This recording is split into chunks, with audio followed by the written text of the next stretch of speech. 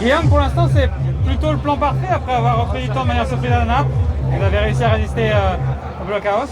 Et j'imagine que vous avez pu récupérer aussi des efforts de Naples, donc c'est parfait, non? Ouais, c'était l'objectif en ce début de semaine de dépenser le moins d'énergie possible et j'ai réussi à le faire. Alors la fatigue arrive bien sûr, mais je me sens plutôt bien a priori. Après aujourd'hui, ça va être un nouveau test avec une étape qui s'annonce vraiment très difficile et je vais vraiment voir sur le terrain sur quelle dynamique je suis. Ouais. Sur le papier, ça ressemble à une étape qui pourrait être décisive pour le général aujourd'hui. Mais il y a aussi demain en tête. Qu'est-ce que vous pensez qui va se passer? De toute façon, maintenant, on se rapproche de Vérone, donc chaque étape risque d'être décisive et les coureurs risquent de se découvrir de plus en plus. Demain, on a une vraie étape de montagne, mais finalement avec un col final relativement peu difficile.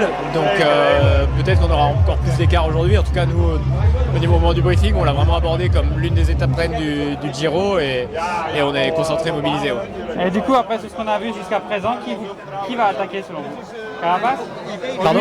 Carapace, lui, il est bien placé, il est plutôt à suivre. C'est dur à dire, je pense que c'est un coureur qui a un tempérament offensif, qui aime bien profiter de ces terrains un peu accidentés, et donc il est vraiment possible de le voir attaquer et peut-être revêtir le maillot rose ce soir.